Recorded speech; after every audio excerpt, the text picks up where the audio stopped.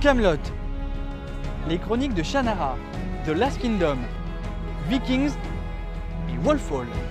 Oyez oyez demoiselles et demoiselles du futur, bienvenue à Provins pour ce série très médiéval.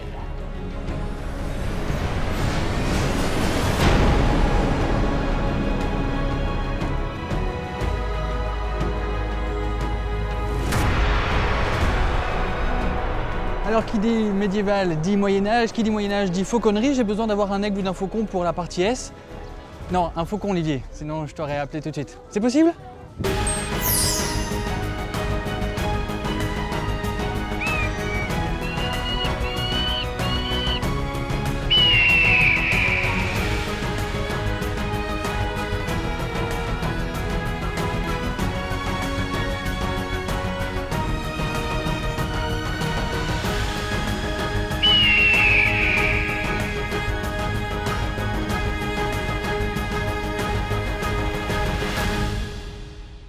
Alors évidemment, la première série à laquelle nous avons pensé, c'est Camelot ou l'histoire décalée du roi Arthur à la sauce Astier, n'est-ce pas Alaska?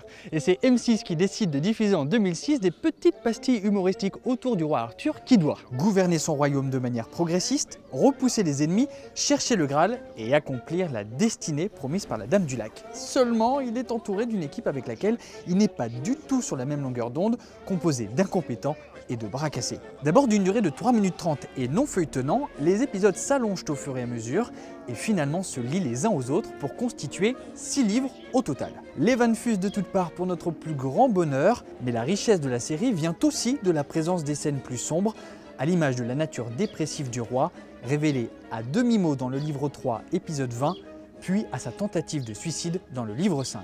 Camelot reste inachevé pour le moment puisque son créateur Alexandre Astier souhaite lui attribuer un final digne de ce nom, une trilogie au cinéma. Entre son épée qui fait de la lumière, son Merlin qui fait pleuvoir des grenouilles et sa Dame du Lac qui se prend pour une truite, il lui manque plus qu'un numéro de trapèze au roi des Bretons. Alors en attendant, pour les plus impatients, Camelot est disponible en DVD et multi-rediffusé sur la chaîne Sister.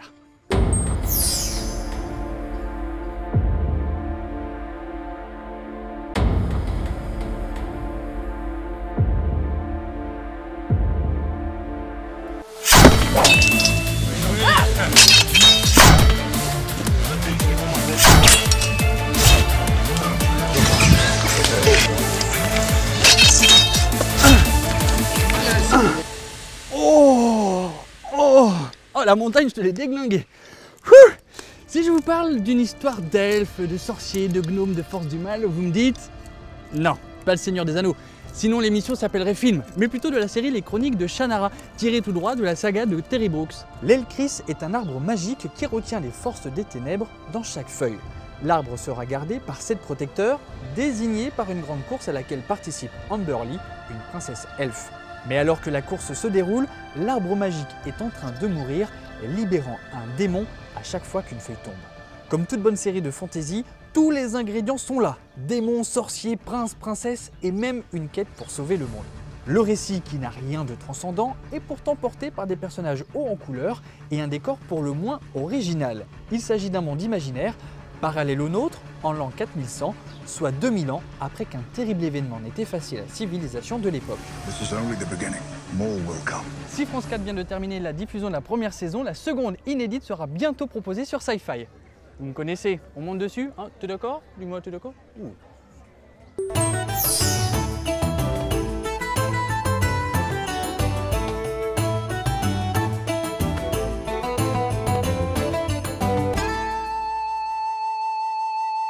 Allez, direction d'Angleterre pour notre révélation avec The Last Kingdom. Rien à voir. Dans un pays subissant perpétuellement les invasions nordiques, un fils de noble saxon se fait capturer puis élevé par des Danois. Lorsque son père adoptif décède, il doit alors choisir entre sa patrie d'origine ou celle qui l'a accueilli.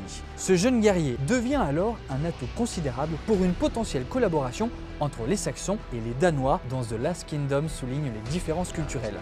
Mais Uhtred n'est pas seulement un jouet muet, c'est aussi un fils de noble qui, malgré l'aversion portée à son père biologique, décide de réclamer ses terres. L'adaptation du livre de Bernard Cornwell est réussie, la série est maîtrisée surtout grâce au héros complexe que représente Uther. Encore inédite en France, l'auteur a confirmé lui-même une seconde saison pour la BBC Two.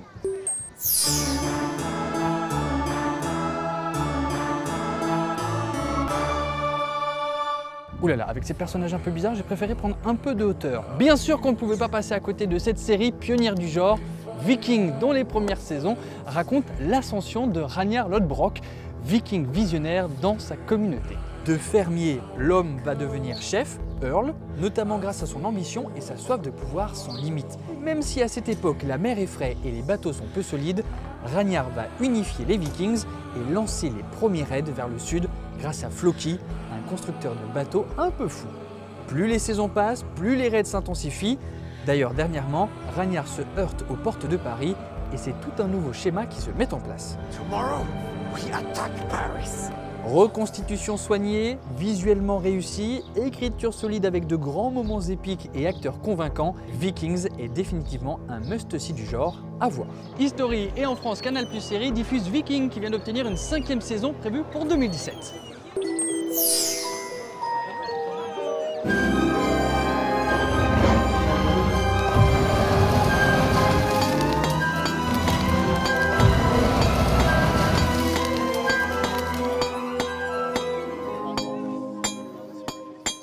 Allez, on termine avec la série Wolf Hall. Alors attention, ce n'est pas un remake des Tudors, puisque là la série se focalise sur la réussite de Thomas Cromwell, qui est un conseiller du roi.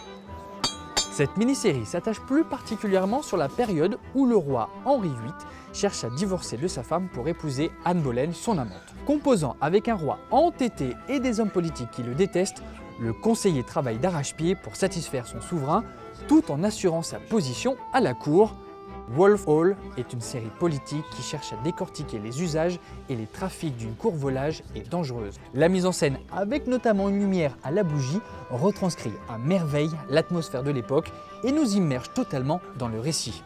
Et il n'y a donc pas de hasard si Wolf Hall a obtenu le Golden Globe 2016 de la meilleure mini-série, portée par son acteur Mark Rylance. À la base prévue pour être une mini-série, son succès, aussi bien critique que public, a apporté son lot de rumeurs concernant une saison 2, mais rien n'a jamais été confirmé. Donc, wait and see, comme on dit là-bas. Voilà, la série est à présent terminée. Merci aux organisateurs du festival médiéval, aux artistes et à l'échoppe médiévale La Boutique d'avoir contribué à ce dernier épisode de la saison. Enfin, pas tout à fait, parce qu'on vous prévoit un petit bonus estival durant le festival Série à Fontainebleau du 29 juin au 1er juillet. Bien sûr, nous y serons, bien sûr, nous vous en parlerons, donc c'est pas tout à fait fini. Salut!